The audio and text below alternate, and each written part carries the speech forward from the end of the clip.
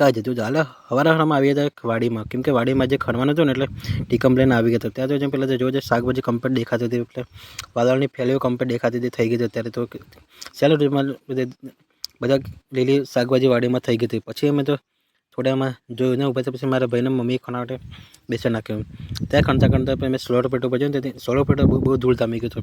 મેં હાથથી કરીને હાથ ઉપર બી ધૂળ ચોટી ગયો એટલું જ હતું. પછી મેં બી ખોદકામમાં ટીકમ લઈને અમે ચાલુ કરી નાખ્યું. ખોદકા ખોદતા બહુ થાકી ગયો.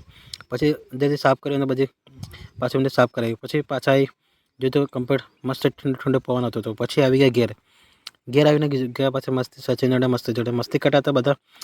જવું જઈને મસ્તી કરતા અમે આવી ગયા ધાબા ઉપર આવી ગયા. પછી એ પતંગ ચગાવતા હતા. થોડી વાર મસ્તી કરવા લાગીને મિસ્ત્રીને મસ્તી કરે એટલે થોડી વાર ડિસ્કો કરાવવાનું હતું. એ બી મોબાઈલમાં સોંગ વગાડ્યું એટલે તો ડિસ્કો કરવા લાગી. સોંગ વગાડતા તો મને આજે હું પતંગ ચગાવું, ક્યારે બહુ ટાઈમ થઈ ગયો તો પતંગ ચગાવ. રાજે હું ફિરકી લઈને પતંગ ચગાવવા બેસી ગયો. પતંગ ચગાવવા બેસી ગયો ને ફૂલ પવન આવતો એટલે પતંગ તો મસ્ત ચગી ગયો, પણ એટલે ઢીલ છોડીને એટલો તો પતંગ બી દેખાતો નહોતો.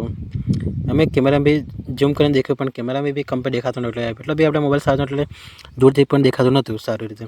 પછી થોડા ઉભા રહ્યા, પછી આવી ગયા. હવે ને બી સોંગ વગેરે એટલે એ બી ડિસ્કો કરે. પછી આવી ગયા ઘેર આવીને સચિનને બીજું તો કેમેરાને બ્લોગ શૂટ કરતા હતા. બ્લોગ શૂટ કરતા મસ્તી કરતા